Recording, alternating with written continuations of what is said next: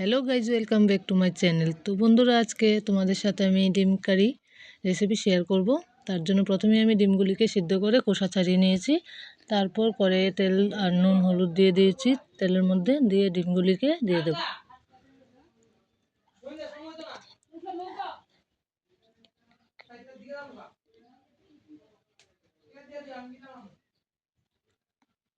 ডিমগুলিকে ভালোভাবে ভেজে নেব লাল করে।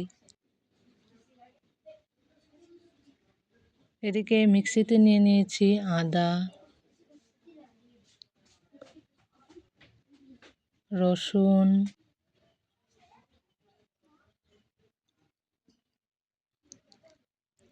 পেঁয়াজ,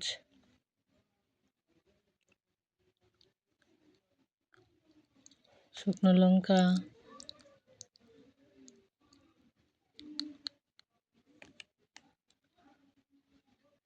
ধনে,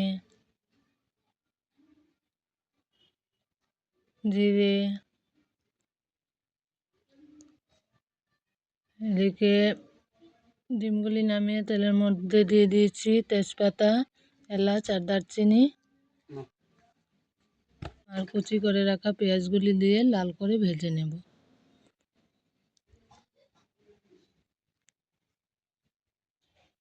এদিকে পেস্ট করে রাখা মশলাটা দিয়ে ভালোভাবে কষিয়ে নেব।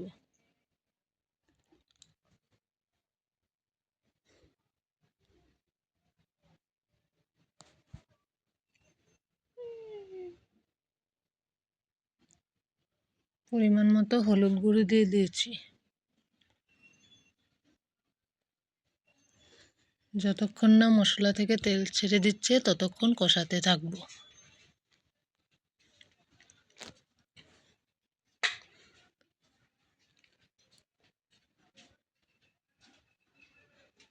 মশলাটা কষানো হয়ে গেছে।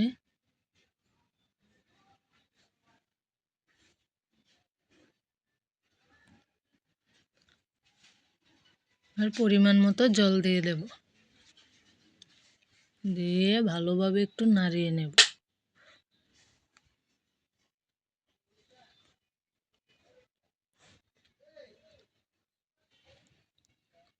তারপর ডিমগুলি দিয়ে দেব।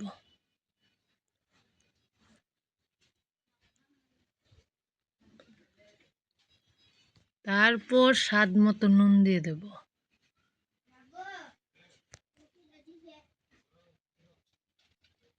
দিয়ে ভালোভাবে ফুটিয়ে নেব।